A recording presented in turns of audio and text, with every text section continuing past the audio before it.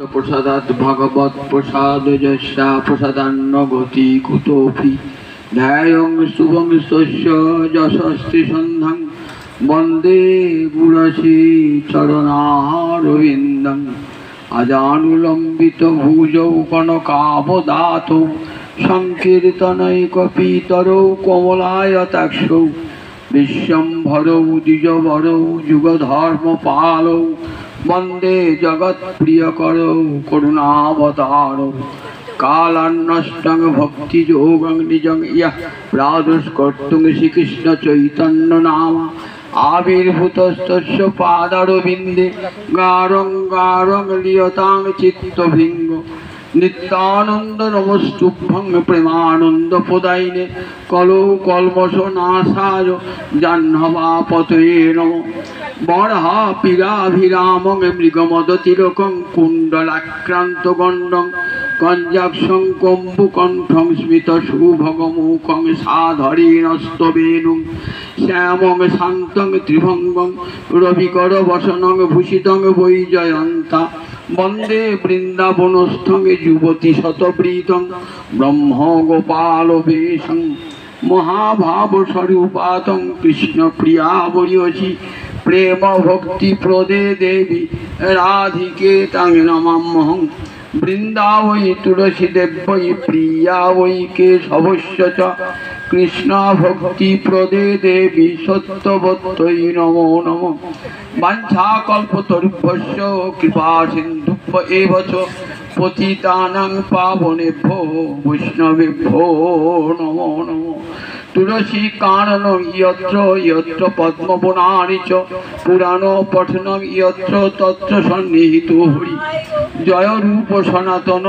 भट्ट रघुनाथ श्रीजीव गोपाल भट्ट दास रघुनाथ এই ছয় গোসাইয়ের করি চরণ বন্দন যাহা হইতে বিঘ্ন নাশ অভীষ্ট পূরণ নারায়ণং নমস্কৃত্য নরং চৈব নরোত্তমং দেবীং সরস্বতীং ব্যাসং ততো জয়ং উদীরয়ে নমো ধর্মায় মহতে নমো কৃষ্ণায় বেদসে ব্রাহ্মণেভ্যো নমস্কৃত্য ধর্মাन् ভুক্ষ্যে সনাতনং वंदेहम श्रीगुरु श्रीयुतपदकमलं श्रीगुरून् वैष्णवांश्च श्रीरूपं साग्रजातं सहगण रघुनाथान्वितं तं सजीवं साद्वैतं सावधूतं परिजनसहितं श्रीकृष्ण चैतन्यदेवं राधा कृष्णपादान् सहगण ललितान् विशाखान्वितांश्च गुरवे गौरचन्द्राय राधिका वै तदालये कृष्णाय कृष्ण भक्ताय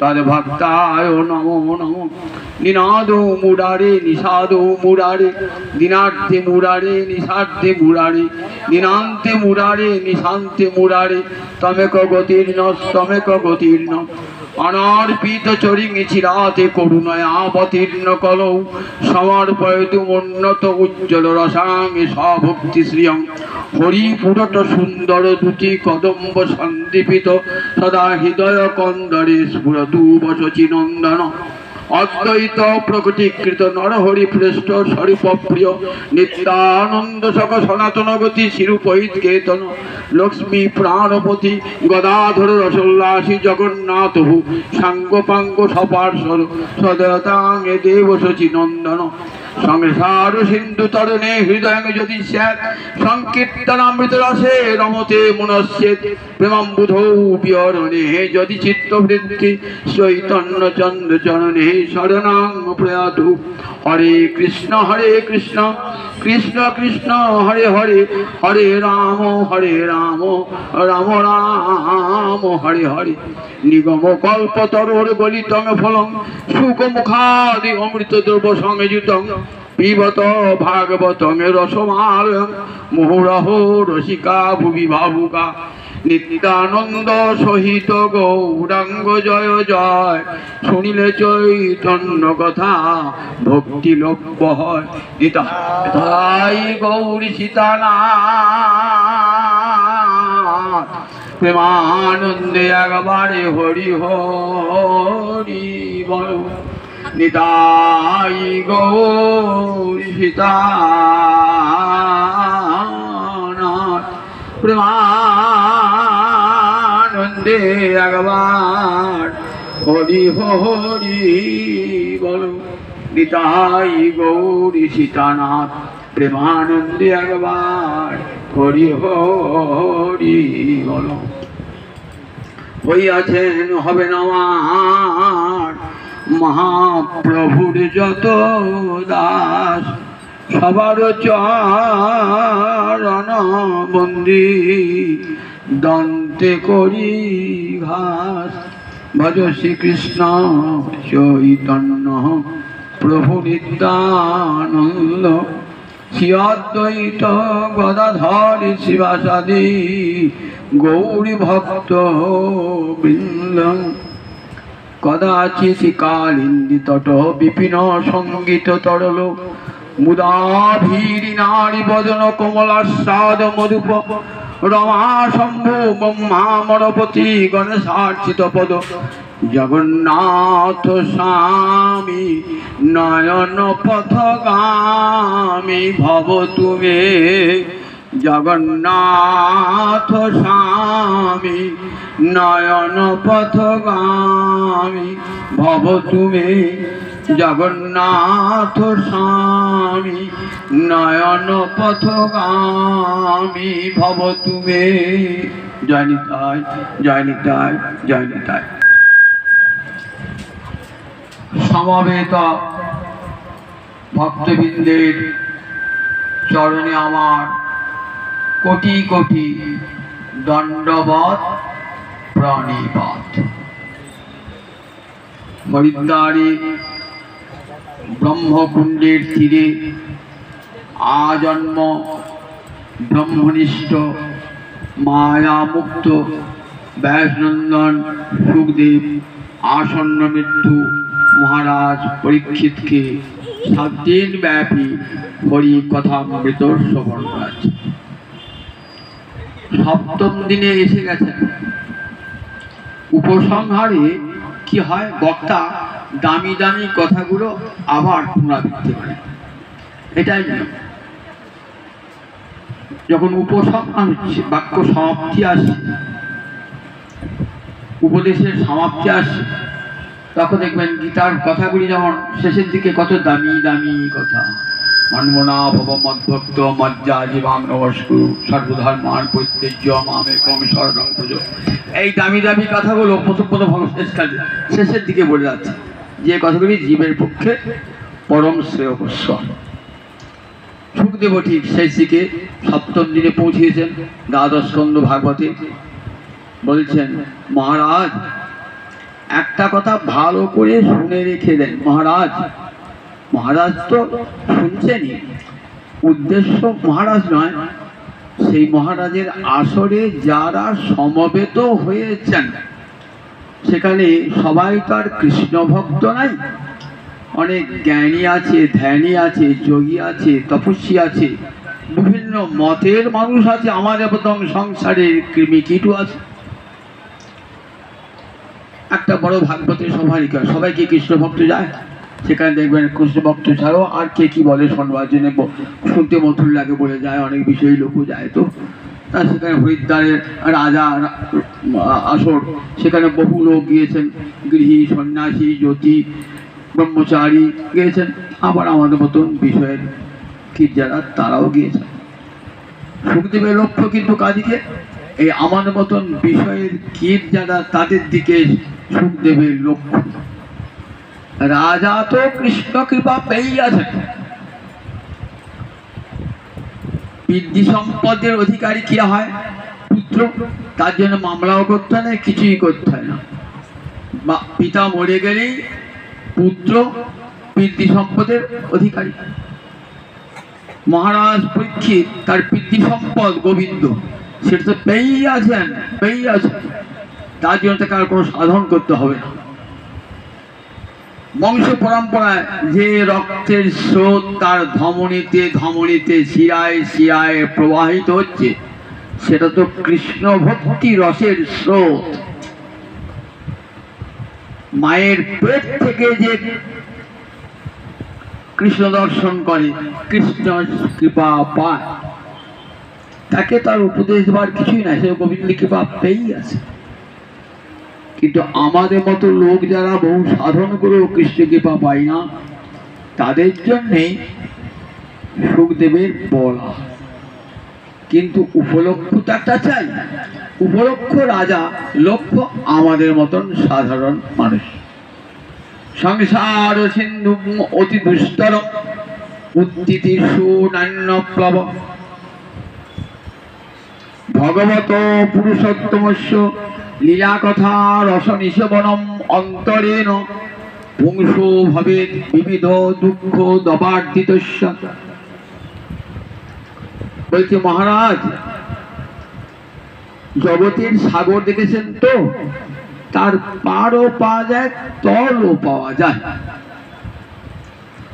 কিন্তু সংসার সমুদ্র এ তো বাসনার সমুদ্র, অনন্ত কোটি বাসনার সমুদ্র। এর পার খুঁজে পাওয়া যায় না, এর তল খুঁজেও পাওয়া যায় না। জগতের সাগর একদিন না একদিন পার হওয়া যায়। যদি বলে আমি সাঁতার কেটেই পার হব, ঠিক একদিন না একদিন অপর পারে পৌঁছিয়ে যাবে।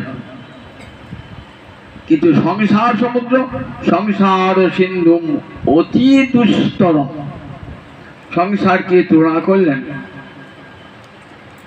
সমুদ্রের সঙ্গে, বলেন অতি দুস্তরম। পার হওয়া যায়, কিন্তু দুস্তর মানে খুব কষ্ট হয় পার হতে। তার আগে একটা অতি লাগিয়েছেন। এই সংসার সমুদ্র পার হওয়া বড় কষ্ট। কত যোগী, কত ধ্যানী, কত জ্ঞানী, কত তপস্বী সংসার সমুদ্র পার হবার জন্য যোগ জ্ঞান ধ্যান তপস্যা করেও শেষকালে সমুদ্রে ডুবে যান। শেষকালে সমুদ্রে ডুবে যান, পৌঁছাতে পারেন না অপর পার পর্যন্ত। তাই বলেন সুদুস্তর।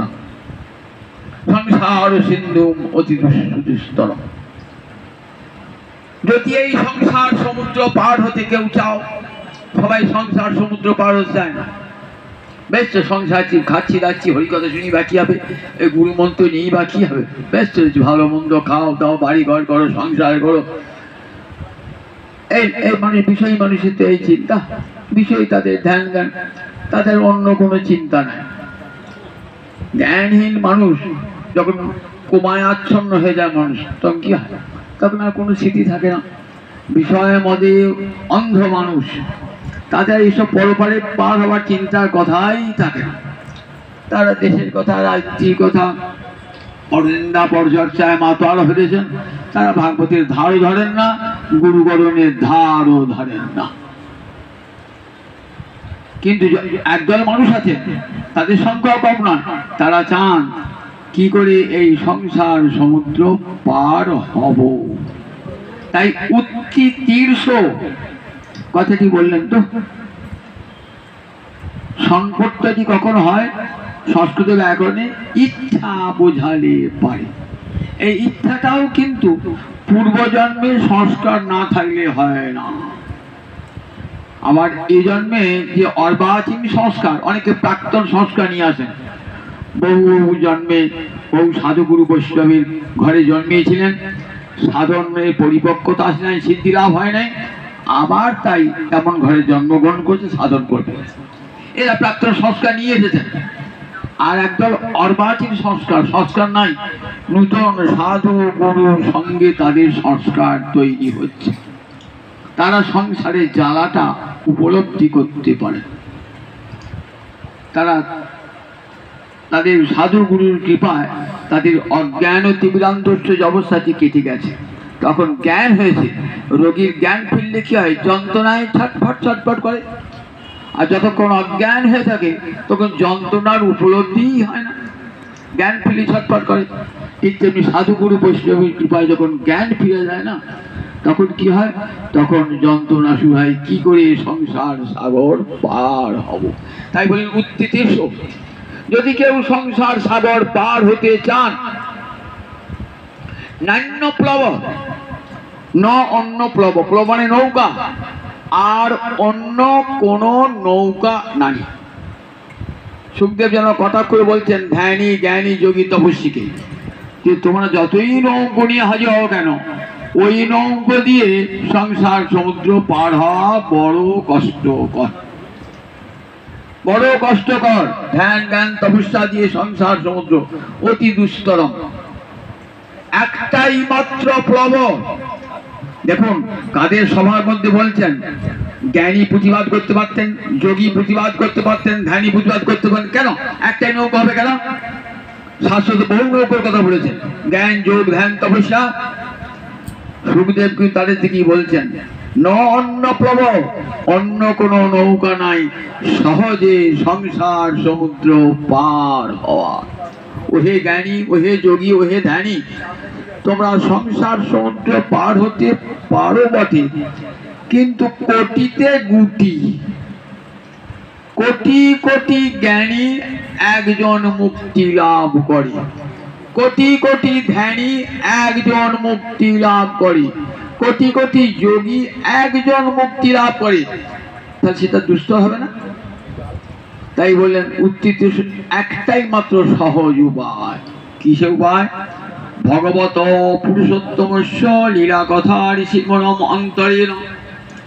অন্তর মানে ছাড়া, গোবিন্দ পুরুষোত্তম, সেই পুরুষোত্তমের লীলা কথা রস নিষেবন, শ্রবণ এবং অন্তরে স্মরণ, এ দুটি ছাড়া আর সংসার সমুদ্র পার হওয়ার আর অন্য উপায় নাই। নিষেবন কেন বলে? নিষেবনের কথা বললেন কেন? সেবন বললেই পারতেন, কিন্তু নিষেবন বললেন কেন? আপনি ডাক্তার কাছে গিয়েছেন, তো ডাক্তার ওষুধ দিয়েছেন, আগেকার দিন ডাক্তার ওষুধ মিক্সচার দিত, 1 দাগ 2 দাগ 3 দাগ কাগজে পটি মেরে দিত। আপনি ওষুধ এই সকালে 1 দাগ খা, বিকালে 1 দাগ, সে মনে করলে দাগ মানে কাগজটা তোলা, কাগজটা তুলছে, 1 দাগ হয়ে গেল, 2 দাগ হলো, ভিতরে ওষুধটা গেল খেয়ে। এইবার ডাক্তার কাছে গেছে, খেয়েছো? আপনি বললেন মেরে দিলেন 1 দাগ 2 দাগ 3 দাগ 4 দাগ, খেয়েছো? তা বলি ভিতরে ওষুধটা খেয়েছ? না, তো ওই ভিতরে ওষুধটা না খেলে কাজ হবে না, ভিতরে ওষুধটা ঠিক। বলেন তাই নিষেবনম, বলেন শুনছেন তো, শুনে কেমন করতে হবে? স্মরণ করতে হবে, মনে রাখতে হবে কথাটা, প্রতিপালন করতে হবে। ওষুধটা যখন পেটে যাবে তখন তো কাজটা করবে। ঠিক তেমনি হরিকথা কান দিয়ে শুনলেন, শুনে যখন হৃদয়ে গেল তখন কি হলো? বিষয় বিদূষিতা স্বয়ং পুনন্তি। সুখদেব বলছে, মহারাজ বিষয়ে চিন্তা করে করে আমাদের হৃদয়টা বিদূষিত, মানে বিশেষ রূপে দূষিত হয়ে গেছে। যেমন দেখছি না, পরিবেশ দূষণ হয়ে গেছে, আমাদের হৃদয়ের আগেই দূষণ হয়ে গেছে, আগেই দূষণ বিদূষিত। বিশেষ দিবারাত্র সংসার চিন্তা, পরিবারের চিন্তা, পেট ভরার চিন্তা, এই করতে করতে আমাদের বিষয় বিদূষিত আসে, চিত্তটা একবারে বিষয়ে দূষিত হয়ে গেছে। চাই কি হয়? হরিকথা শুনলে কি হয়? বলে পুনন্তি, ওই যে বিষয় বিদূষিত আশয় মানে হৃদয়, বিষয়ের দ্বারা আক্রান্ত হয়ে যে চিত্তটা দূষিত হয়েছে সেটা পুনন্তি বলে পবিত্র করে দেয় হরিকথার এমন মহামহিমা। কর্ণপুটেষু পিবন্তি, 2টো কান ভগবান দিয়েছেন কেন? বলেন 2টো পাত্র দিয়েছেন। হরিকথা তো অমৃত, অমৃত পান গল্পের জন্য পাত্র চাই, তা বলেন 2টো পাত্র, কান দিয়েছেন পাত্র, সেই কর্ণ দিয়ে ভরে নেন হরিকথা, চলে যান হৃদয় মাঝে, চলে যান মর্ম মাঝে, চলে যান, দেখবেন হৃদয় নির্মল হয়ে গেল। গৌরাঙ্গের মধুর লীলা যাহার কর্ণে প্রবেশিলা, হৃদয় নির্মল ভেল দান। গৌরাঙ্গের মধুর লীলা যাহার কর্ণে প্রবেশিলা, হৃদয় নির্মল ভেল তার।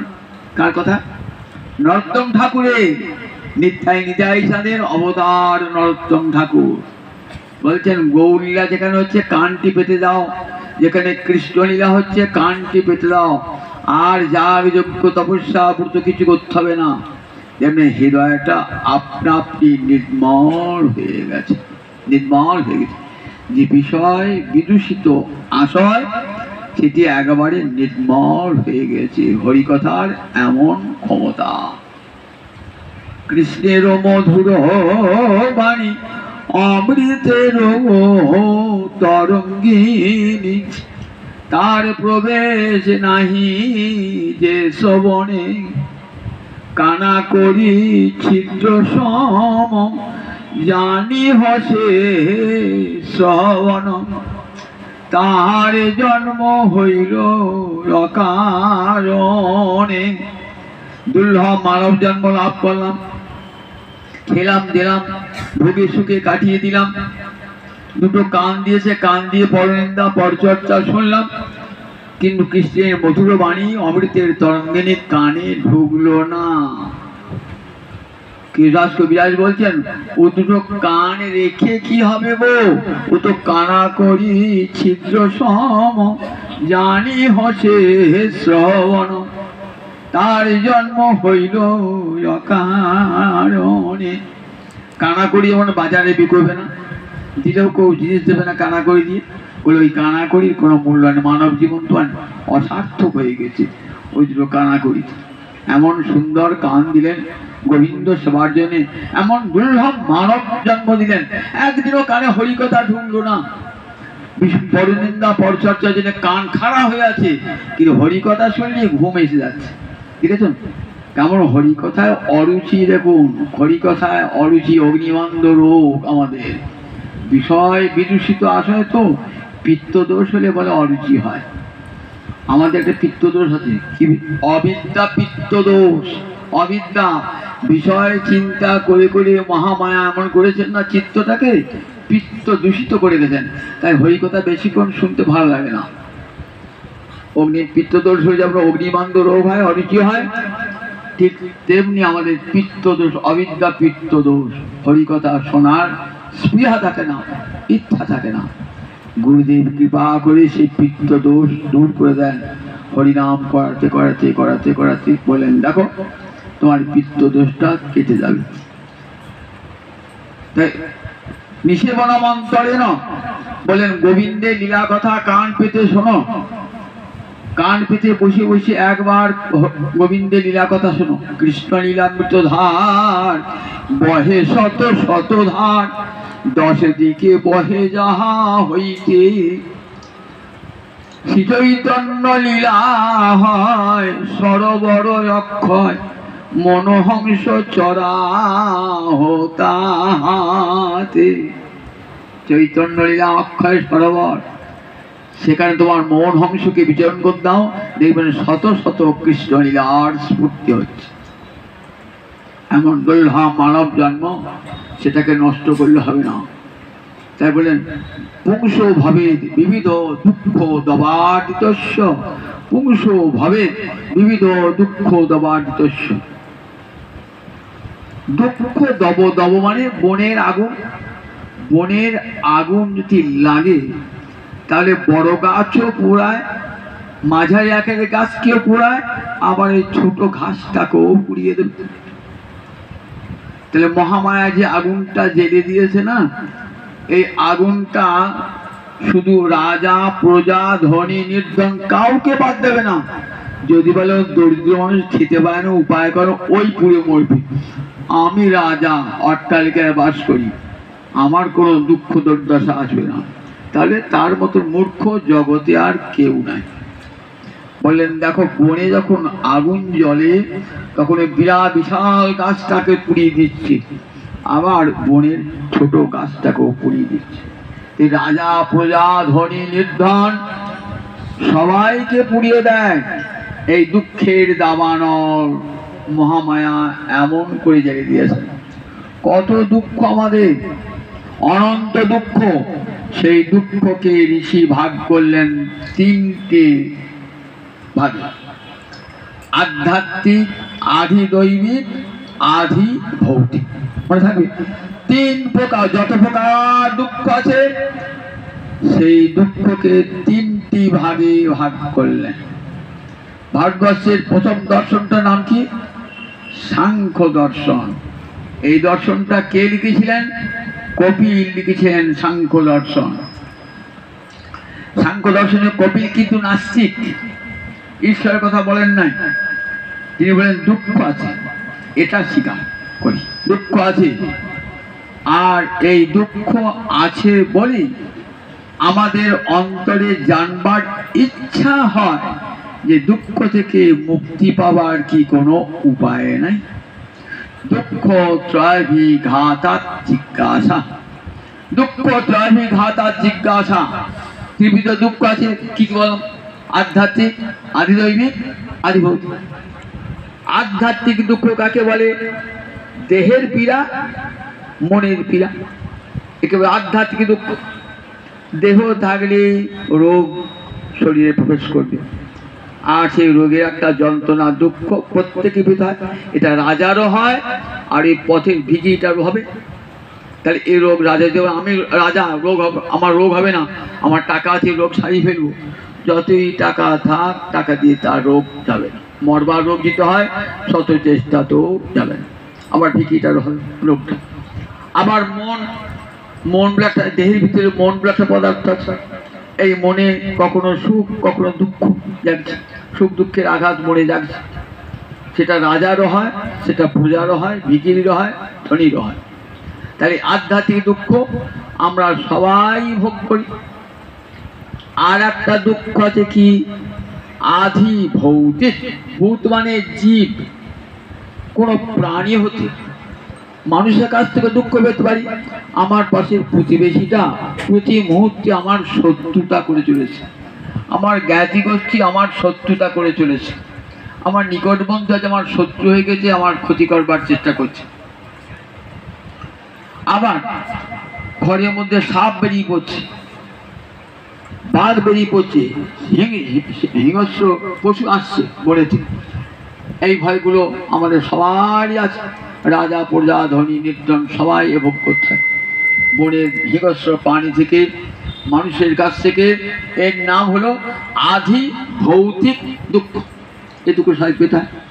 কটা সাপে কামড়ে দিল, তাহলে একটা বিষে কামড়ে দিল, বৃষ্টিকে ধ্বংস হলো, কষ্ট ভোগ করতে হয় সবাইকে। এটা আধি ভৌতিক। আর একটা আধি দৈবিক, দেবতা থেকে প্রাপ্ত যে দুঃখ তাকে বলে আধি দৈবিক। বজ্রপাতি মৃত্যু হলো, ভীষণ বন্যা এসে ঘর বাড়ি ভাসিয়ে গেল, ভীষণ ঝড় এসে বাড়ি ঘর উড়িয়ে নিয়ে চলে গেল। বলেন এই যে দেবতা হতে প্রাপ্ত যে দুঃখ তাকে বলে আধি দৈবিক। এই দুঃখ ত্রয়ভিঘাতাৎ জিজ্ঞাসা, এই তিন প্রকারের দুঃখ থেকে আমাদের জিজ্ঞাসা মানে জ্ঞাতুম ইচ্ছা, জানতে ইচ্ছা হয় যে কি করে আমার সুখ হবে। এই যে আমাদের ভারতবর্ষে বেদান্ত একবারে সাংখ্য দর্শন থেকে শুরু, বেদান্ত দর্শনে তার সমাপ্তি। কি করে আমার সুখং মে ভুয়াৎ দুঃখং মে মাভূত। যখনই কোনো প্রিয় সংযোগ হয় সুখ হয়, অপ্রিয় সংযোগ হয় তখনই দুঃখ হয়, প্রিয় বিয়োগ হয় তখনই দুঃখ হয়। আমার প্রিয়জন চলে গেছে, আমার স্বামী চলে গেছে, পুত্র চলে গেছে, ভ্রাতা চলে গেছে, পত্নী চলে গেছে, জন্মে চলে গেছে, তখন কি হয়? প্রিয় বিয়োগ হয়েছে। প্রিয় বিয়োগের ব্যথা ভোগ করে না পৃথিবীতে এমন কেউ আছে নাকি? প্রিয় বিয়োগের ব্যথা, প্রিয় বিয়োগের ব্যথা সবাইকেই ভোগ করতে হয়। প্রিয়জন যাকে এত ভালোবেসেছিলাম সেই লোকটা আজ আমার চোখের সামনে থেকে চলে গেল, আমি দাঁড়িয়ে দাঁড়িয়ে দেখলাম, কিছুই করতে পারলাম না, তখন অন্তরটা বিষাদে ভরে যায়। আবার অপ্রিয় সংযোগ হলো, যা আমি চাই না জীবনে সেটাই আমার জীবনে এসে পড়েছে। তাহলে প্রিয় বিয়োগ এবং অপ্রিয় সংযোগ, এই দুঃখ আমাদের সকলকেই ভোগ করতে হয়। সংসার বিষানালে দিবানিশি হিয়া জলে জুড়াইতে না কইনু উপায়। সংসারে থাকতে গেলে এই দুঃখ আমাদের ভোগ করতে হবে। বিষ এবং অনল। বিষ খেলে ভিতর অন্তরটা বিষে জর্জরিত হয়ে যায়, তীব্র যন্ত্রণায় মর্ম পীড়া দান করে। আবার গায়ে যদি আগুন লেগে যায় তাহলে দেহর ছটফটানি যন্ত্রণা হয়ে যায়। তাই সংসার বিষাণলে আমাদের দেহ পুড়ছে, মনও পুড়ছে। দুলাইতে না কইল উপায়, হরি নাম সংকীর্তন, গোলকের প্রেম ধন। রতি না জন্মিল কেন তাই? আবার একটাই উপায়। কি উপায়? বলে হরিনাম সংকীর্তন, গোলকের প্রেম ধন। হরিনাম সংকীর্তন, গোলকের প্রেম ধন, হরিনাম হরিকথা জ্বালা জুড়াবার একমাত্র উপায়।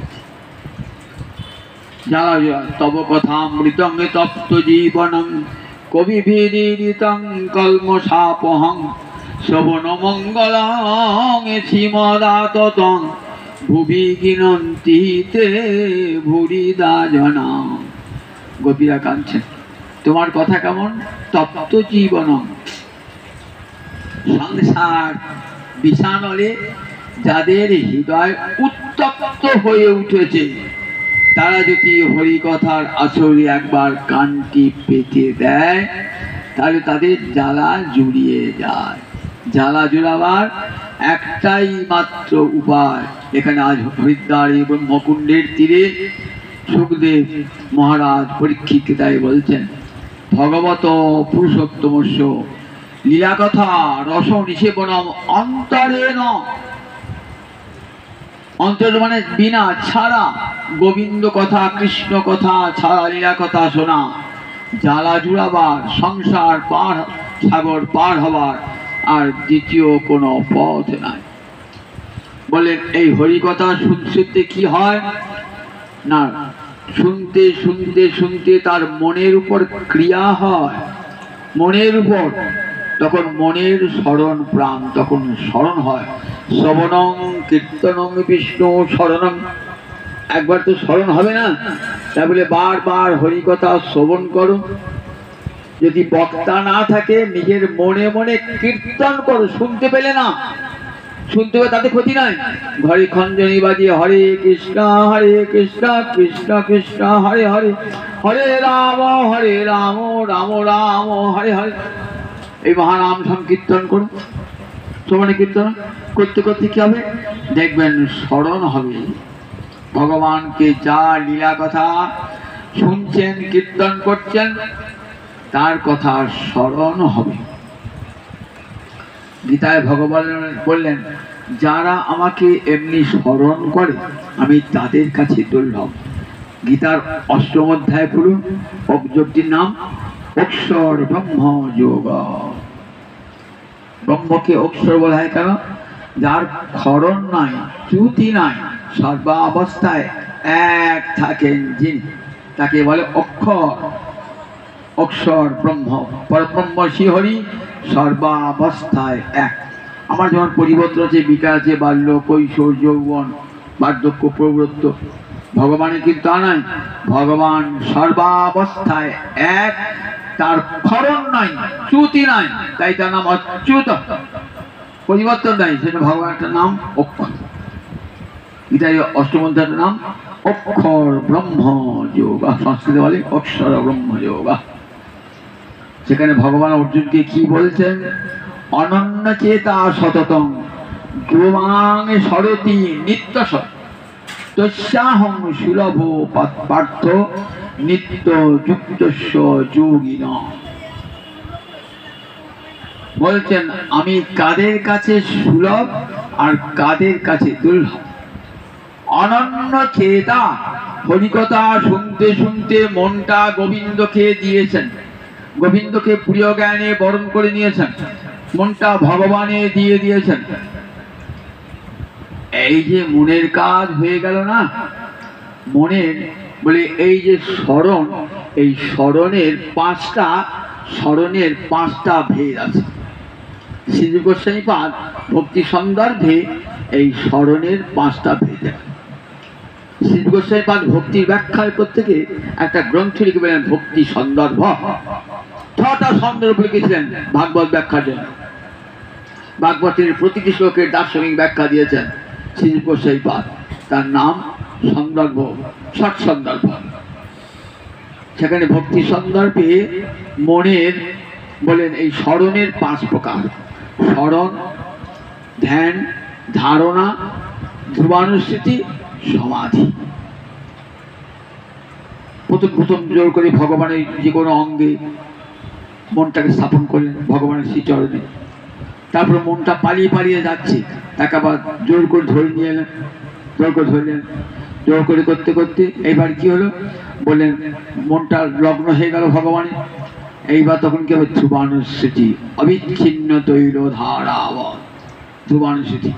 তারপরের স্তরটা সমাধি হয়ে যায় সাধকে। কি সমাধি? ভাব সমাধি। তখন সব সময় অন্তরে লীলার স্ফূর্তি হয়, সব সময় অন্তরে লীলার স্ফূর্তি হচ্ছে ভগবানের।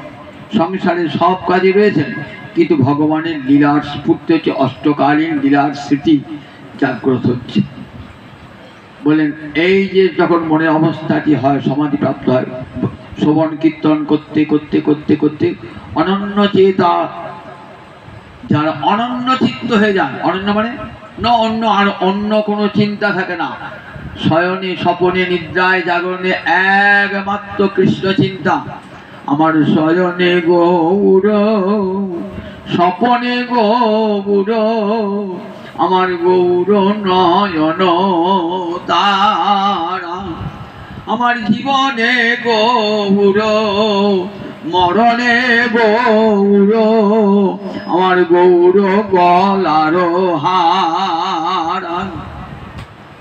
আমার সব কাজে ধ্যানে জ্ঞানী, আমার যে কোনো কর্মে তুমি হে প্রভু, হে আমার অন্তরতর প্রভু, আমার ধ্যানে জ্ঞানে সব কাজে তুমি, সংসারে সব কাজ করুন, মনটি যেন গোবিন্দ চরণে থেকে যায়।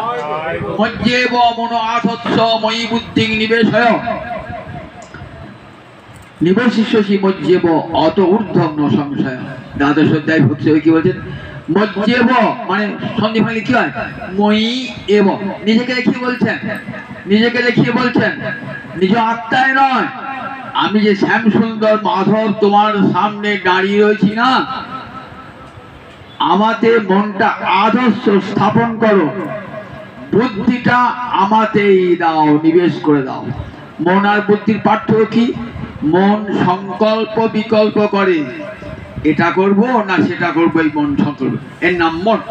আর বুদ্ধি একটা নিশ্চয় করে দেয়, নিশ্চয়িকা অন্তঃকরণ প্রবৃত্তিকে বলে বুদ্ধি। তারপরে মনটা আমাতে স্থাপন করে দাও, আমাতে বুদ্ধিটা নিবিষ্ট করে দাও, তাহলে কি হবে? নিবশিষ্যসি মজ্জেব ময়্যেব, আমার লোকেই তুমি বাস করবে। নিবশিষ্যসি মজ্জেব তখন অতর্দ, এই দেহটা শেষ হয়ে যাবে দেহান্তে। ন সংশয় অর্জুন, আর সংশয় করো না, দ্বিধাহীন চিত্তে আমার কথাটি স্বীকার করে নাও। যদি আমাকে সব সময় স্মরণে মননে রাখো, তাহলে এই দেহটা যখন পাত হয়ে যাবে তখন আমাকেই পাবে। স্মরণ করতে করতে আমাকে পাবে, আবার স্মরণের পরও আমাকে পাবে, দেহ মরণের পরও আমাকে পাবে। কিরকম দেখুন স্মরণ, স্মরণের কত বড় মহিমা দেখুন স্মরণের।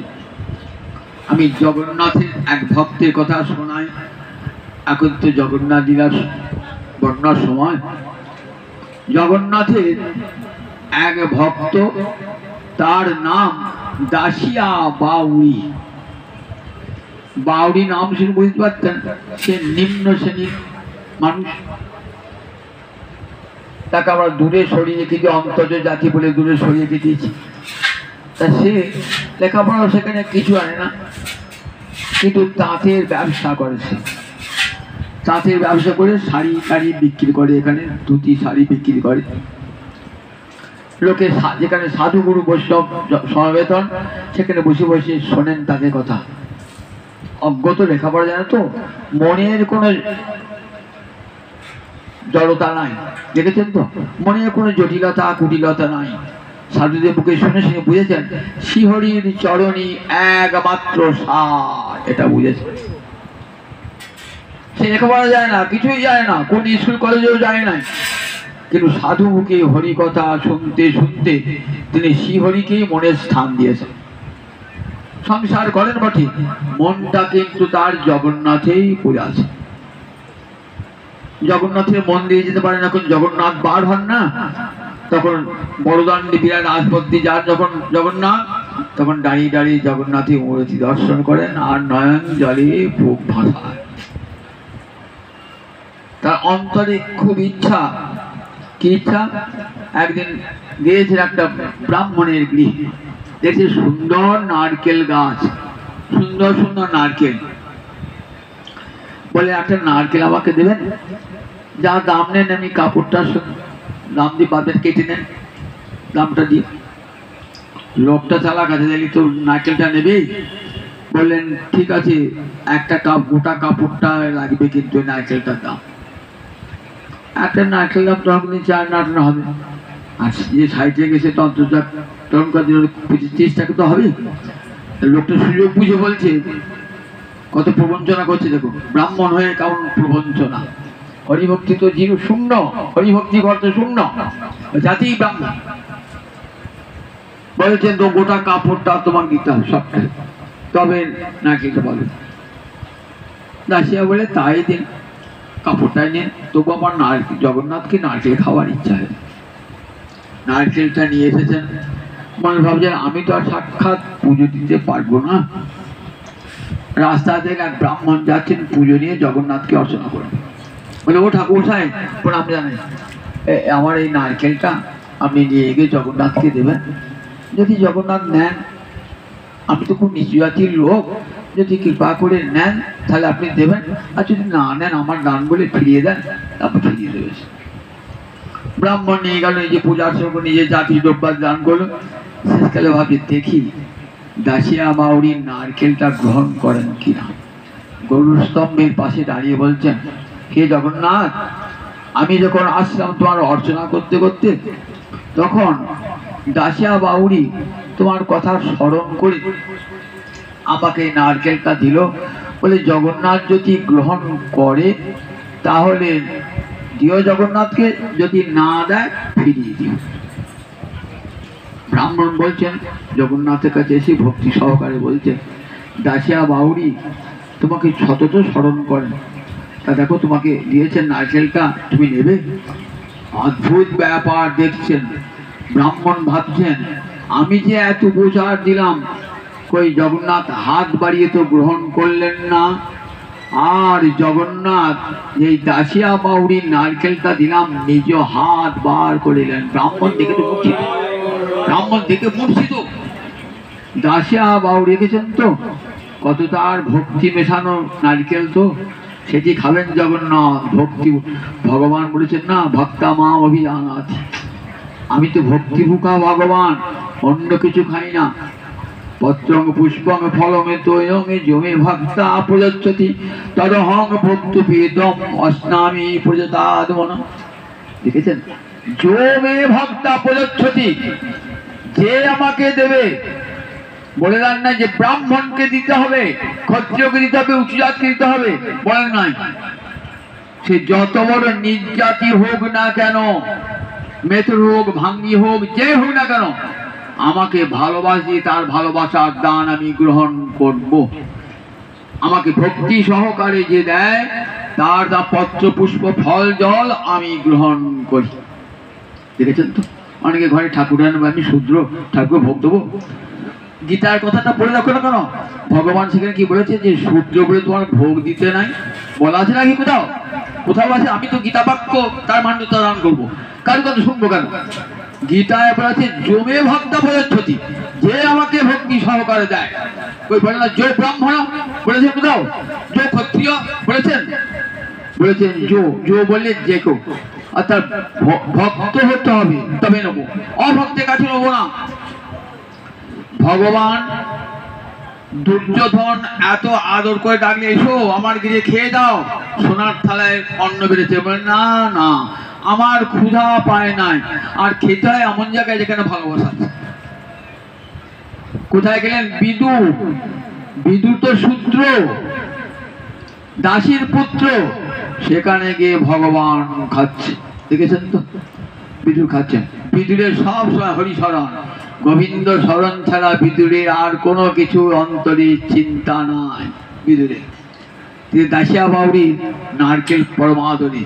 ব্রাহ্মণ অবাক হয়ে গেলেন যে তার তো সে জগন্নাথ মন্দিরে প্রবেশাধিকার পর্যন্ত নাই, নিজ হাতে জগন্নাথকে ভোগ দেবার অধিকার পর্যন্ত নাই, কিন্তু তার নারকেলটা এমন করে জগন্নাথ গ্রহণ করলেন। চোখের জলে ভাসতে ভাসতে ব্রাহ্মণ আসছেন, তার আজ দিব্য জ্ঞান লাভ হয়ে গেল যে ভগবান ভক্তি ভুকা, ভক্তির সঙ্গে দিত। আবার একদিন দাসিয়া বাউরি সুন্দর সুন্দর আম বিক্রি হচ্ছে, আমি আম বিক্রি করছি, সুন্দর আম, বেশ ফজলি আম, পাকা আম। বলছেন আমি একটু জগন্নাথকে আমার খাওয়াবার ইচ্ছা। কাপড় বিক্রি করে যে কোনো টাকা পেয়ে সব টাকা দিয়ে কিনেছেন আম, জগন্নাথকে খাওয়াবে।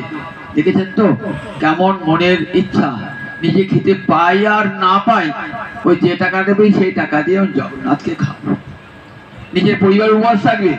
দেখেছেন ভক্তের প্রাণটা কেমন, দেখেছেন তো? আমগুলো নিয়ে গেছেন, পান্ডারা কাড়াকাড়ি করবার চেষ্টা করছেন, বলছেন না না আমি কাউকে দেবো না, আমি জগন্নাথ ছাড়া কাউকে দেবো না। তুমি জগন্নাথ ভোগ দেবে নাকি? আমি জানি আমি জগন্নাথের ভোগ দিতে পারবো না, কিন্তু আমি ওই যে আমাকে জগন্নাথ স্বপ্ন দিয়েছেন, বলছেন দাসিয়া তুই আমার কাছে যেতে না পারলো, ওই যে উপরে ধ্বজা চক্র ঘুরছে, ওই চক্রে দেখবে আমি রয়েছি সবসময়, আমাকে দেখতে পাবি। আমি দেখছি তো ওই চক্রের মধ্যে জগন্নাথ রয়েছে, উনি যদি হাত বাড়িয়ে গ্রহণ করেন তাহলে আমি দেবো, জগন্নাথ ছাড়া কাউকে দেবো না। তোমরা সব সরে যাও, আমি তোমাদের কারো হাতে আম দেবো না, আমি নিজ হাতে জগন্নাথকে খাওয়াবো আম। নয়ন জলে ভাসছেন জগন্নাথ, তোমার জন্য কি এনেছি আম, তুমি খাবে না প্রভু? কত খাও তুমি প্রভু, আর আমার সামান্যটি খাবে না প্রভু? কত খাও তুমি, তোমার 56 ভোগ খাও, সে তোলা আমার আম তো কিছুই নয়, তুমি খেলে আমি খুশি হবো প্রভু। দেখছেন জগন্নাথ অদৃশ্য হাত বার করে একটি একটি করে আম দিচ্ছেন, আম চলে যাচ্ছে। দূর থেকে লোকে দাঁড়িয়েছেন, আমগুলো কোথায় যাচ্ছে, আমগুলো কোথায়, একে একে 40টি আম খাওয়ালেন। কোথায় গেল আমগুলো? তুমি জাদু জানো? বললেন না না আমি তো জাদু জানি না, একটা জাদু জানি, ভক্তি জাদু, ভগবানকে কাবু করে খাওয়া। জগন্নাথ খেয়েছে, তুমি জানবে কি করে? বলছে দেখো গা, মন্দিরের মধ্যে যদি আমের চোকাগুলো পড়ে থাকে তাহলে জানবে খেয়েছে। ঘর খুলে পুরীর পান্ডা দেখছেন, আমের চোকাগুলো সব ঘর, দেখেছেন তো? শুধু অন্তরে স্মরণ করেন জগন্নাথকে, দর্শন করবার অধিকার তার নাই মন্দিরে গিয়ে। সে দূর থেকে যখন রথ পার হয়, দূর থেকে ধরে, দূর থেকে দেখেন। আর শয়নে স্বপনে নিদ্রায় জাগরণে কেবল চিন্তা, ওই জগন্নাথের বদনখানি চিন্তা করেন। জগন্নাথ স্বামী নয়ন পথগামী ভব তুমি, কিছুই চান না ভগবানের কাছে। নবই যাচে রাজ্যং নচ কনক মাণিক্য বিভবং, ন যাচে অনিরম্মাং সকল জন কাম্মাং বড়বোধং, সদা কালে কালে প্রমতপতি না গীত চরিত, জগন্নাথ স্বামী নয়ন পথগামী ভব তুমি। নবই যাচে রাজ্যং, আমি রাজ্য চাই না, নচ কনক মাণিক্য বিভবং, আমি সোনা চাই না, মাণিক্য চাই না, না যাচে অহং সকল জন কাম্মাং বড়বোধং ব্রহ্মাং, সকল জন কাম্মাং বড়বোধং, সকল জন সুন্দরী পত্নী চায়, আমি চাই না। তাহলে সদা কালে কালে প্রমথপতি না গীত চরিত, প্রমথপতি মহাদেব, যুগে যুগে মহাদেব যে তোমার চরণ বন্দনা করছেন, সেই জগন্নাথ স্বামী আমার নয়ন গজর হন, আর কিছুই চাই না। দেখেছেন তো জীবনের সার করেছেন জগন্নাথকে জগতে, আর কিছুই চান না। দেখুন জীবনে কেমন এই স্মরণের কেমন, তাই বলেন যোগীর কাছে আমি দুর্লভ, জ্ঞানীর কাছে আমি দুর্লভ, তপস্বীর কাছে আমি দুর্লভ। কার কাছে সুলভ? অনন্য চেতা যোমাং সরতি নিত্যস সততং, আবার নিত্যস, সব সময় চিরদিন অন্তরে বাইরে যখন আমাকে স্মরণ করে।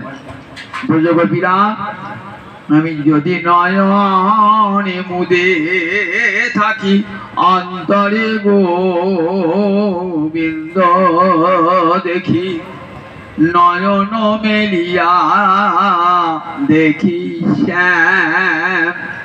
আমি যদি নয়নে মুদে থাকি, আমি অন্তরে গোবিন্দ দেখি, আবার নয়ন মেলিয়া দেখি শ্যাম।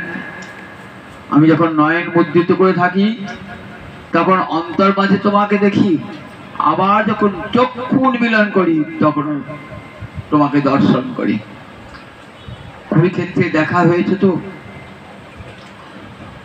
তখন ভগবানকে রাধারানী নিজের অভিমান জানাচ্ছে, অভিমানে করা জানাচ্ছে যে পূর্বে উদ্ধবে দ্বারে বলে, আগে উদ্ধব দ্বারে আমাকে জ্ঞান যোগীর উপদেশ দান করেছে, এবে সাক্ষাৎ আমারই যোগ জ্ঞানে কইলাই উপদেশ। কুরুক্ষেত্রে দর্শন হচ্ছে, ব্রজগোপীরা গিয়েছেন কুরুক্ষেত্রে, সেখানে গোবিন্দ দর্শন হচ্ছে।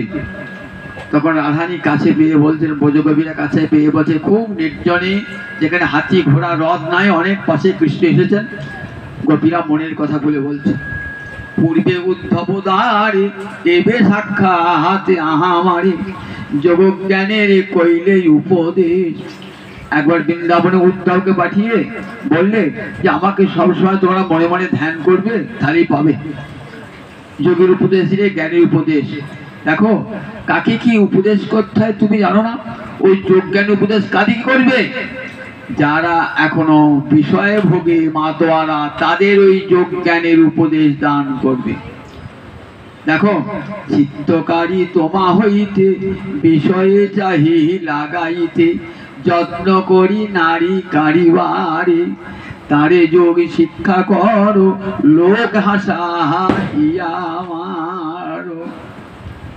বলছেন দেখো, চিত্তকারী তোমা হইতে বিষয়ে চাহি লাগাইতে। যোগীরা, জ্ঞানীরা, ধ্যানীরা কি করেন? আমাদের উল্টো, তারা সংসার থেকে দূরে সরে যান, মনটাকে বিষয় থেকে সরিয়ে অন্তত 1 ঘন্টাও যেন মনটা ভগবানের চরণে লেগে থাকে। তার জন্য কত কসরত করতে হয় যোগীকে, ধ্যানীকে, জ্ঞানীকে, বলুন দেখি একবার। তাও 1 ঘন্টা, 24 ঘন্টার মধ্যে 1 ঘন্টা মনটা থাকবে। আর গোপীদের ঠিক উল্টো, চিত্তকারী তোমা হইতে বিষয়ে চাহি লাগাইতে, যত্ন করি নারী কারিবারে। আমরা মনে করি সব সময় গোবিন্দ স্মরণ করে দুঃখ পাচ্ছি। আমাদের মনটা যেন কিছুক্ষণ বিষয়ে চলে যাক, কিছুক্ষণ বিষয়ে যাক, তাহলে শান্তি পাবো। দিবারাত্র কৃষ্ণ চিন্তা করে এত দুঃখ, এত কষ্ট, কৃষ্ণ এত বেদনা দেয়, এত দুঃখ দেয়। বাইরে বিশ্ব জ্বালা হয়, অন্তর আনন্দময়, কৃষ্ণ প্রেমারে অদ্ভুত চরিত। বাইরে বিষয় জ্বালা, অন্তর আনন্দময় হয়। যা বলছেন দেখো, চিত্তকারী তোমা হইতে বিষয়ে চাহি লাগাইতে, যত্ন করি নারী কারিবারে। কোনো চেষ্টাতেই মনটাকে তোমার চরণ হতে সরিয়ে আনতে পারি না। আর তাকে যোগের, জ্ঞানের, ধ্যানের উপদেশ দান করছো। তোমার এই উপদেশ শুনবার জন্য জগতে বহু লোক আছে, তাদেরকে দাও গা, তাদেরকে দাও গা, আমাদেরকে দিও না। আমরা সংসার সাগরের এপারে চলে এসেছি, আমাদেরকে আর উপদেশ দেওয়ার প্রয়োজন নাই। যারা তোমার উপদেশ শুনবে কারা? জগতে অনেক বিষয়ের কীট রয়েছে। ব্রজগোপীর স্মরণ, সব সময় ভগবানকে স্মরণ। একদিন নারদ এসেছেন বৃন্দাবনে, বৃন্দাবনে দেখছেন যে একটা বালিকা যমুনার তীরে কলসি ভাসিয়ে ধ্যানে বসেছে। বলছে বৃন্দাবনে কেউ ধ্যান করে না কেন? ধ্যান করে চোখ বুঝে ধ্যান করতে হবে তো, চোখটা বুঝে তো গোবিন্দ হবে না। বৃন্দাবনে সবসময় গোবিন্দ, তো যেদিকে তাকাবে সেদিকে গোবিন্দ। সেদিকে বৃন্দাবনে ধ্যান নাই, বৃন্দাবনে জ্ঞান নাই, যোগ নাই, চক্ষু মুদ্রিত যা করতে বৃন্দাবনে নাই। তাই এই বালিকা ধ্যান করছে কেন? দেখি যায়, নারদ কাছে গিয়েছে, কাছে গিয়ে হরে কৃষ্ণ নাম করে রয়েছেন, ধ্যান ভেঙে গেছে। তুমি কে গো? বলছে আমি আর গোপবালিকা। তা তুমি বৃন্দাবনে তো কাউকে ধ্যান করতে দেখি না, তুমি আজ ধ্যান করছো কেন? বললেন বাবা, দিবারাত্র কৃষ্ণ চিন্তা করে অন্তরটা বড় কষ্ট পাচ্ছে, তাই আমি দেখো আমি এসেছি এখানে কি করতে, যাতে মনটা আমার বিষয়ে লাগে, ভগবান থেকে দূরে সরে থাকে।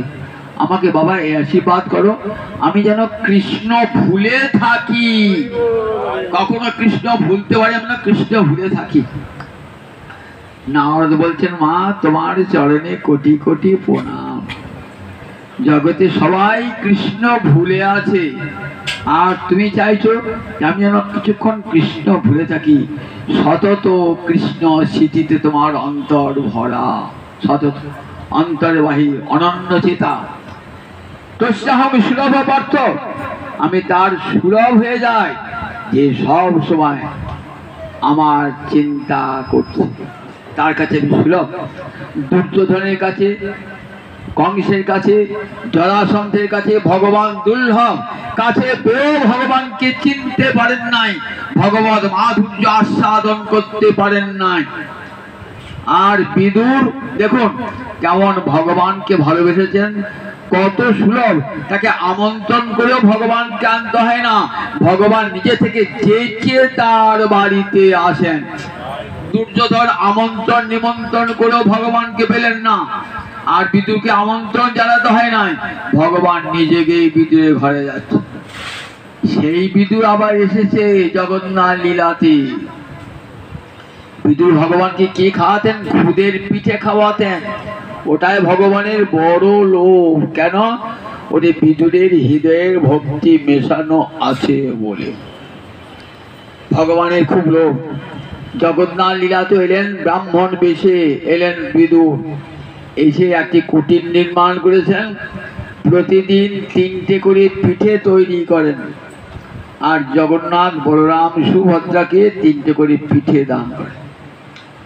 জগন্নাথের কোনো ভোগ হয় না, যারা ভোগ দেয় তারা কি করে, ভোগটা ঠাকুর ঘরে নিয়ে যায় না, তারা কি যেখানে রন্ধনশালা সেখানে ভোগ সাজানো থাকে, তো হাতে গন্ডু করে জল আচমন করে, যদি দেখে জলেতে জগন্নাথের ছবি উঠেছে তাই যাতে জগন্নাথ ভোগ গ্রহণ করছে, আর যদি না ওঠে তাহলে জানতে হবে জগন্নাথ ভোগটা গ্রহণ করে, ভোগ ফেলা যায়। তাই দেখছেন পরপর 3-4 দিন দেখছেন জগন্নাথের ছবি উঠছে না। রাজাকে জানলেন আচ্ছা জগন্নাথ তো দুপুরে মধ্যাহ্নে ভোজন করছেন না, ভোজন করছেন, নিশ্চয়ই কোনো অপরাধ হয়েছে, কোনো নিশ্চয়ই অপরাধ হয়েছে, তাই জন্য জগন্নাথ ভোজন করছেন না। রাজা তো বিব্রত হয়ে পড়লেন, এ তো মহা অপরাধ, আমার রাজ্যের বড় অমঙ্গল হবে, জগন্নাথ ভোগ গ্রহণ করছেন না। মূলক দাস বলে একটা ভক্ত, সে কিন্তু ঘটনাটি চাক্ষুষ করেছে, যে প্রতিদিন দুপুরবেলায় জগন্নাথ বলরাম সুভদ্রা চলে আসেন সাধারণ মানুষের বেশে, এসে ওই বিদুরের গৃহে 3টে করে পিঠে খান। মূলক দাস বলেন যে আমি যদি ঠিক দেখে থাকি তাহলে দেখি প্রতিদিন দুপুরবেলায় 3 জন জগন্নাথ বলরাম সুভদ্রা বেরিয়ে ওই কুটিরটায় ঢোকেন, তাই বুঝি? বলে আচ্ছা আমি ভালো কাজে পরীক্ষা করে দেখবো। তখন দেখছেন দুপুরে এক পাশে দাঁড়িয়ে আছেন, দেখছেন জগন্নাথ বলরাম সুভদ্রা ঢুকেছেন কোথায়, ওই বিদুরের গৃহেতে, সেখানে পিঠে খাচ্ছে। তখন রাজা বললেন দেখো আজ থেকে ভগবানের ভোগ। রাজাও গেলেন, কিন্তু রাজার বিদুরকে দেখতে পেলেন আর বিদুর অদৃশ্য হয়ে গেলেন। রাজা জারি করলেন, নির্দেশ জারি করলেন, আজ থেকে জগন্নাথের ভোগে কি যাবে 3টে করে পিঠে দেওয়া হয়। দেখুন, আর মূলক দাস যিনি দেখেছিলেন তাকে বললেন তুমি এইখানে থাকবে, এই কুটিরে ভজন সাধন করবে, আর তুমি প্রতিদিন ওই পিঠে খাওয়াবে ভগবানকে। তাহলে দেখুন বিদুরের খুদের পিঠে খাবার জন্য ভগবানের কত লোভ। জমে ভক্তা প্রযোজ্যতি পত্রং পুষ্পং ফলং। তারপরে কার কাছে বিদুরের কাছে কত সুলভ ভগবান। অম্বরীশের কাছে কত সুলভ ভগবান, দেখেছো তো ভরতের কাছে কত সুলভ ভগবান, কিন্তু জগতে কত জ্ঞানী ধ্যানী দুর্বাসা ঋষি তপস্বী, তার কাছে ভগবান সুলভ হলো, তার কাছে ভগবান সুলভ হন নাই। বিশ্বামিত্র এত বড় তপস্বী, তার কাছে ভগবান সুলভ হয়েছেন, সুলভ হন নাই, কিন্তু ভক্তের কাছে ভগবান সুলভ। বলছেন দেখো তস্যাহং সুলভ পার্থক্য, খুব কত বড় দামি কথা। যার চিত্ত অনন্য আমি তার কাছে সুলভ হয়ে যাই, আর অন্যের কাছে আমি দুর্লভ। তাহলে এই ভক্তি, এই স্মরণ এত বড়, 9টা অঙ্গের মধ্যে একটা স্মরণ স্মৃতি। বলেন হরিকথা শুনতে শুনতে শুনতে শুনতে কি হয়, চিত্তের সমস্ত মনোবল দূর হয়ে যায়, তখন ভগবত স্মৃতি জল জল করে ওঠে, ভগবত স্মৃতি হৃদয়ে। তখন শয়নে স্বপনে নিদ্রায় জাগরণে ভগবত স্মৃতি জাগ্রত হয়, ভক্ত সমাধিগ্রস্ত অবস্থা হয়, ভাব সমাধিতে সব সময় দেখেন ভগবানের লীলা চলছে, তারা ভগবানের লীলায় তারা বিভোর হয়ে থাকে, লীলা চিন্তনে বিভোর হয়ে থাকেন, সংসারে সকল কাজে ধ্যানে জ্ঞানে সর্বত্র। তারপরে দেখুন যখনই এখানে হরিকথা হচ্ছে, ভাগবতী কথা হচ্ছে, সে আসর চলে আসুন, আর কোনো কিছুই করতে হবে না, জ্ঞান ধ্যান তপস্যা কঠোর কিছু সাধন উপবাস কিছু করতে হবে না, কান পেতে ভগবানের কথাটি কান পেতে শুনুন, শুনতে শুনতে দেখবেন হৃদয়ে ভগবানের শ্রীমূর্তি আপনার হৃদয়ে অঙ্কিত হয়ে গেছে, কত বড় পাওনা হয়ে যায় দেখুন। তখন সতত ভগবানের স্মরণ হবে, আর এই স্মরণই কি করবে বলে একদিন নিবশেষী জীবজ্জীব অতুর্ধ্বম্ন সংশয়। ভগবত স্মরণ করতে করতে যদি কেউ প্রাণ পরিত্যাগ করে, সে কোথায় যায়, দেহান্তে আমার কাছেই চলে যায়। সে যমালয়ে যায় না, সে প্রেত লোকে যায় না, যমরাজার বাড়ি যাবার জন্য বৈতরণী নদীও তাকে পার হতে হয় না, একবারে সরাসরি কৃষ্ণ দূত এসে তাকে নিয়ে যায় কোথায়, কৃষ্ণ লোকে নিয়ে চলে যায়। দেখেছেন তো কত বড় লাভ হয়ে যায়। তাই কৃষ্ণ ভক্ত জমালয়ে যায় না, প্রেত লোকে যায় না। গীতায় পড়লেই স্পষ্ট বুঝতে পারবেন যে মদ ভক্তা জানতি মামপি, আমার ভক্ত সতত যে আমাকে স্মরণ করে সে কোথায় যায়, আমার কাছেই চলে আসে। তাই ভগবান ভক্ত ভগবানের কাছে চলে যায়, অন্তত মৃত্যুকালেও যদি একবার স্মরণ করে, তিনি মৃত্যুকালে স্মরণ হবে না, সদা তদ্ভাব ভাবিত। আমার জিহ্বা যদি সব সময় হরি কথা বলে, ভজনি তাই গৌরাধে শ্যামে জপ হরে কৃষ্ণ হরে রাম, আমার শেষ নিঃশ্বাস পড়িবে যখন, আমার জিহ্বা যেন তখন বলে ভজনি তাই গৌরাধে শ্যামে জপ হরে কৃষ্ণ হরে রাম। সারা জীবন যদি গিয়ে আসেন তাহলে দেখবেন আপনার স্মরণ পথে, আপনি অজ্ঞানে আচ্ছন্ন থাকলেও ভগবান আপনার স্মরণ পথে উদিত হয়েছে। তিনি যে কৃতজ্ঞ, ও ভক্তভাবে স্মরণ করে, আজ রোগ যন্ত্রণায় মূর্ছিত হয়ে গেছে, তার ভগবান নিজেই তার স্মরণ পথে এসে তাকে নিয়ে যান আপন লোকে পরম আদর করে। জয় নিতাই জয়। এরপর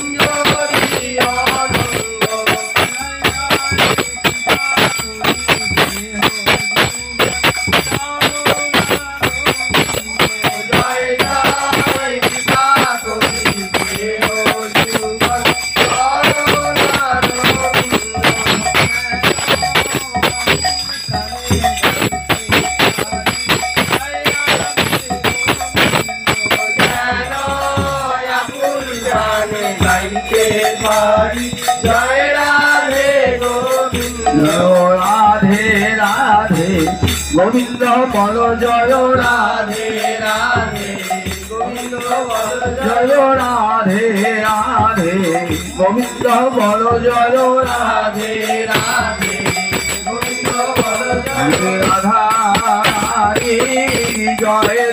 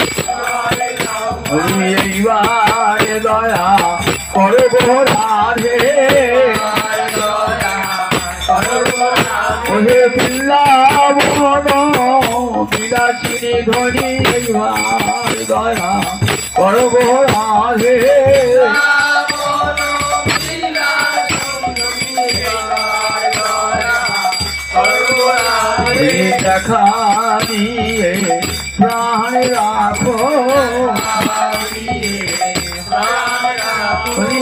चरणे सेवा दियो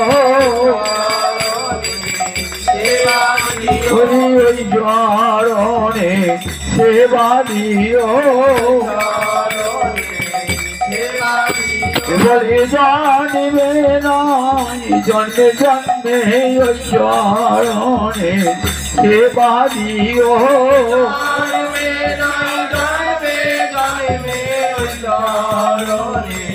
सेवा दियो चरणे सेवा दियो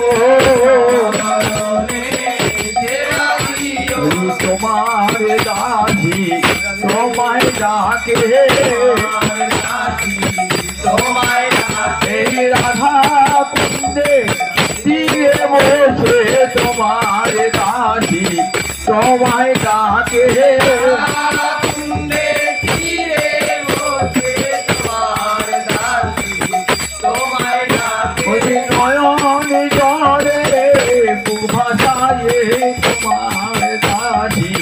তোমায় তাকে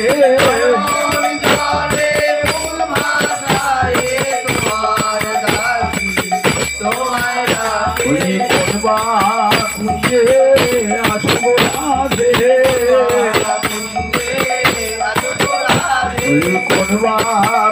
নিয়ে আসব রাধে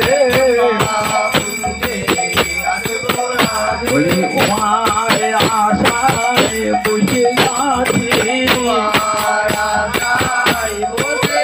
তোমার আশা পথে নয়ন দিয়ে নয়ন জলে বুক ভাষায়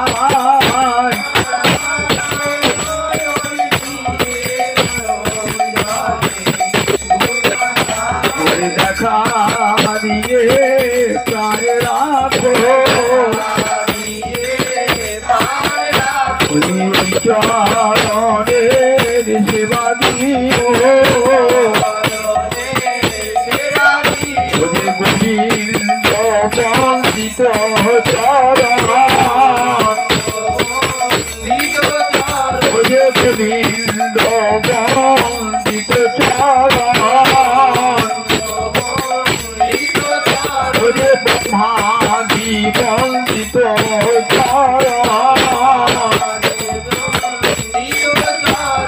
যোগী ঋষি বন্দিত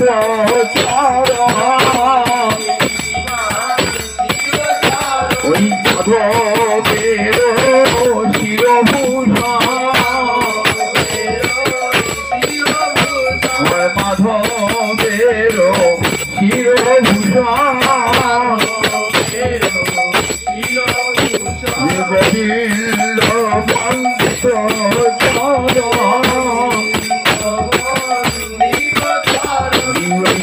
চরণের সেবা দিও চরণে শরণ রাধে তোমার হলে বলে চরণে শরণ নীলা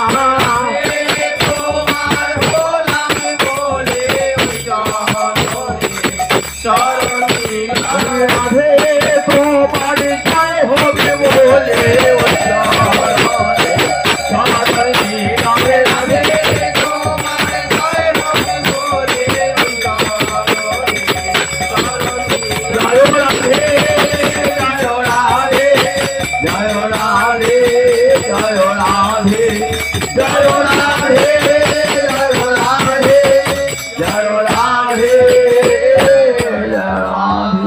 সবার মঙ্গল হোক জানি তাই